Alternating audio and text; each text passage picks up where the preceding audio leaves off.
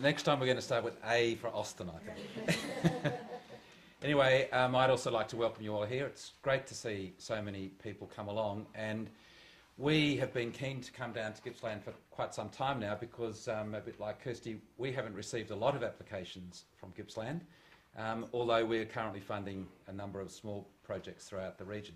But my sense is that's partly perhaps because Gippsland is a bit unlike a lot of other regions in Victoria, where there are lots of small towns and lots of small agencies scattered around the region, and it's a huge region. So, and perhaps also there are a number of Melbourne-based head offices that run programs down here, and sometimes there's perhaps a bit of a disconnect. Anyway, it's lovely to be here, and it's great to see so many people come along.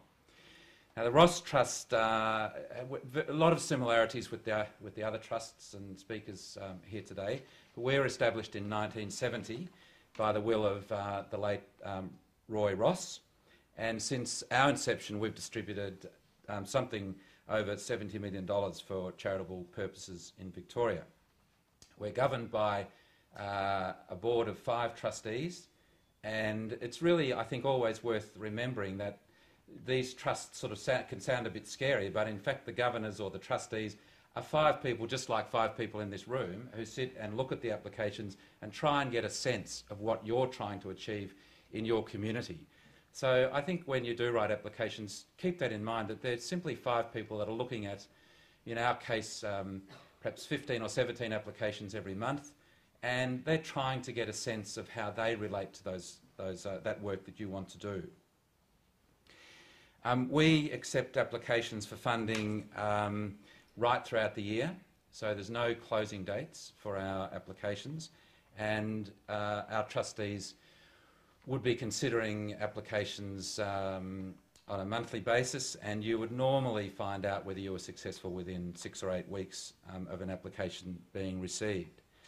I think it would be really worthwhile, as everyone has said, to look at our website, because that will give you a really good sense of the breadth and scale and type of projects that we have funded. And like others, grants have ranged from a couple of $100s, which can be a lovely, exciting, successful project, perhaps promoted by a small group of school children who want to do something in their town, to a very major action research project that we've recently funded around homelessness.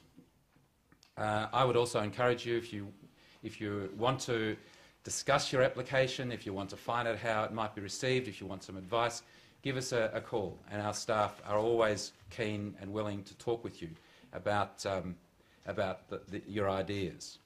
In terms of eligibility, we, like the Helen McPherson Smith Trust, can only fund projects that are operating in Victoria, or for agencies who are operating in Victoria, or would use the grants for the benefit of Victorians.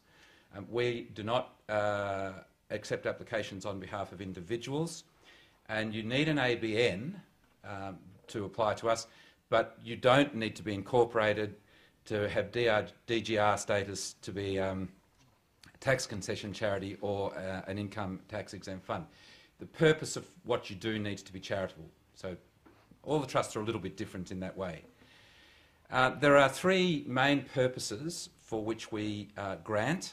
They're around recurrent funding for general operations, funding for specific activities, services and programs, and a really important one, but this can, and the trustees are always interested to receive applications around this area, is building and strengthening your organisational capacity to operate in your area.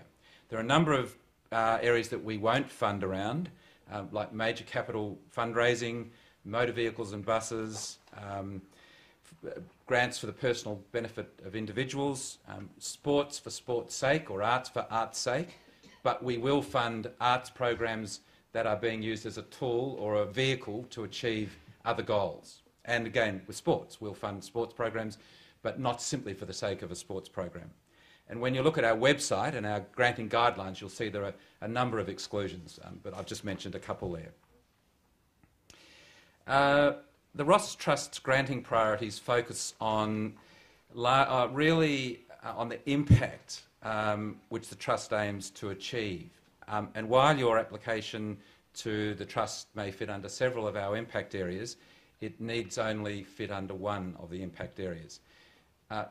The biggest cover-all area, which just about anything can fit under, is our impact area A, which is around improvement of social and economic outcomes for the most disadvantaged and vulnerable people in Victoria.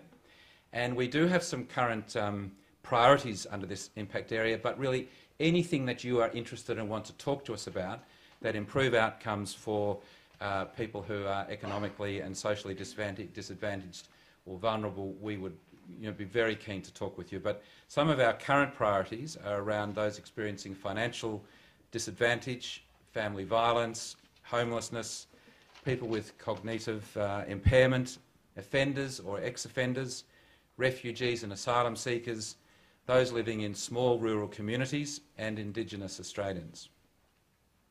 So that's the first big cover-all, catch-all impact area.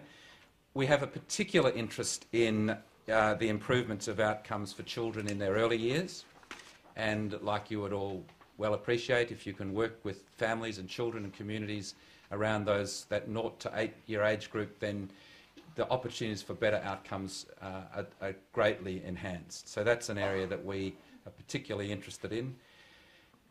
The trustees are also, at the moment, and have been for some years, interested in improving access and achievement of equity in and excellence in public education. So there are a number of programs that we've funded for schools and for other institutions that aim to improve access and equity in public education. And the final impact area, which was a particular interest of Mr. Ross, was the protection and preservation of Australian Indigenous flora and fauna.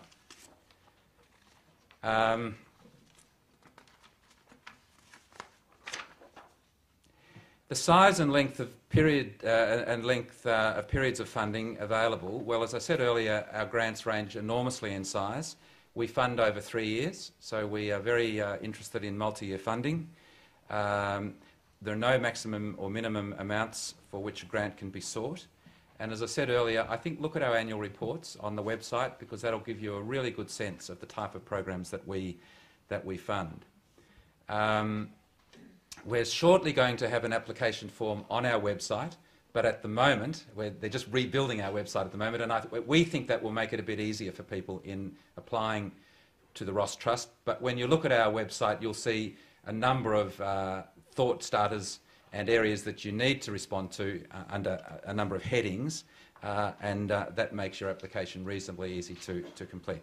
But as others have said, give us a ring and talk to us about your application, your ideas, and we can help you form your application.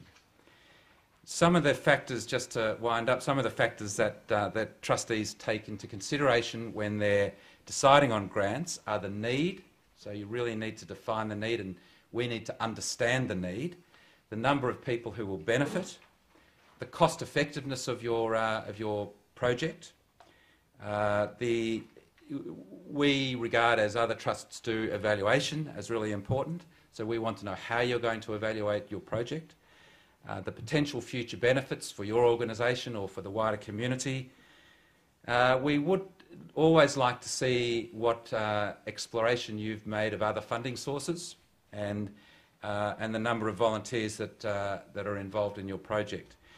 But like all the other trusts, we're also really interested in how you're collaborating and partnering with other organisations in your community. So that's something we really encourage discussion around, and we're keen to know about.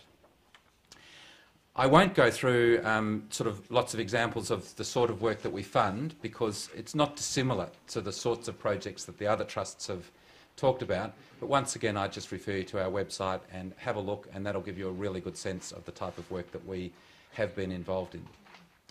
But thank you for coming along.